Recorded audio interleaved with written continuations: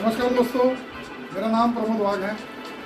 दोस्तों, रिसेंटली मैं एक किताब पढ़ रहा हूँ जो आध्यात्मिक गुरु थे या तत्वचिंतक जिनको बोल सकते हैं, श्री हरिभाई कोठारी। कुछ साल पहले उनका निधन हो चुका है, बट उन्होंने बहुत अच्छी किताब लिखी है और वो मैं पढ़ रहा हूँ अभी रिसेंटली। तो उसमें कई सारी नई नई चीज़ें सीखने को मिली, जानने को मिली। तो सोचा कि मैं आपके साथ शेयर करूँ। महाभारत के दो पात्र जो महान पात्र हैं उनके बारे में उन्होंने वहाँ पे बात बताई है। एक तो है गंगापुत्र भीष्म और दूसरा है भगवान श्री कृष्ण। ये दोनों महान पात्र हैं कि इन दोनों के बारे में उन्होंने जो बताया वो हमारे जीवन में बहुत ही समझने लायक चीज़ है और हमें किन चीज़ों पे इम्प्लीमेंट करना चाहिए वो हमें सोचना चाहिए। उन्होंने बताया है कि गंगापुत्र भीष्म जो थे उन्होंने अपने जीवन में अपने पिता के लिए उन्होंने सौगंध खाई थी, भीष्म प्रतिज्ञा ली थी और इसलिए उन्होंने आजीवन ब्रह्मचर्य का पालन किया, आजीवन उन्होंने शादी नहीं की और उन्होंने जो प्रण लिया था कि हस्तिनापुर की गद्दी पर जो भी व्यक्ति बैठेगा, जो भी राजा बैठेगा, चाहे धृतराष्ट्र हो, फिर दुर्योधन हो, कोई भी हो, उसकी मैं रक्षा करूंगा, हस्तिनापुर के प्रति मैं वफादार रहूंगा। उन्होंने इस चीज पे पूरा जीवन अपना समर्पित कर दिया।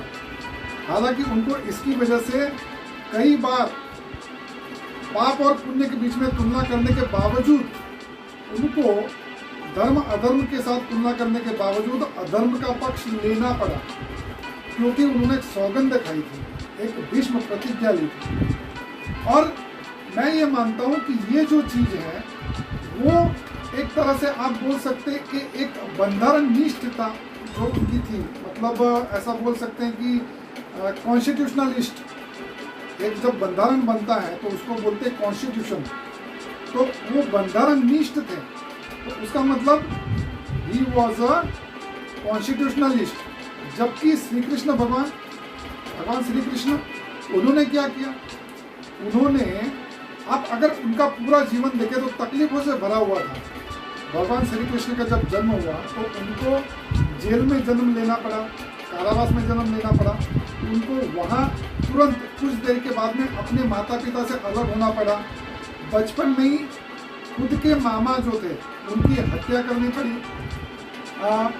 उनको शिक्षण का ज़्यादा लाभ नहीं मिल पाया। फिर सांदीपनी ऋषि के वहाँ पर उन्होंने पढ़ाई लिखाई की। फिर उन्होंने द्वारिका गए, वहाँ पे मतलब ऐसा बोल सकते हैं कि पूरी जिंदगी उन्होंने स्ट्रगल किया और तकलीफों से भरा हुआ उनका जीवन था। लेकिन पूरे जीवन उन्होंने लीलाएं की, कृष्ण लीला जिनको हम बोल सकते हैं। और उनको मैं ये मानता हूँ कि ही वॉज लाइक अ क्रांतिकारी, रिवोल्यूशनरिस्ट। रिवोल्यूशन जो बोलते हैं ना, तो ही वॉज लाइक अ रिवोल्यूशनरिस्ट। तो उन्होंने अपना जीवन जो भी जितनी भी लड़ाई लड़ी है वो दूसरों के लिए लड़ी है। सो लोगों की भलाई के लिए, परोपकार के लिए उन्होंने अपनी जिंदगी जी है।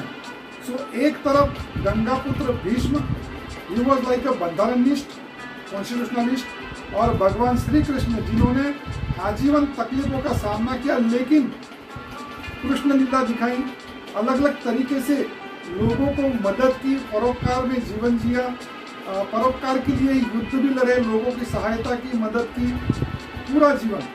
सो एक बंधारण निष्ठ व्यक्ति था और एक क्रांतिकारी, रिवोल्यूशनरिस्ट, रिवोल्यूशन जो बोलते हैं, सो रिवोल्यूशनरिस्ट।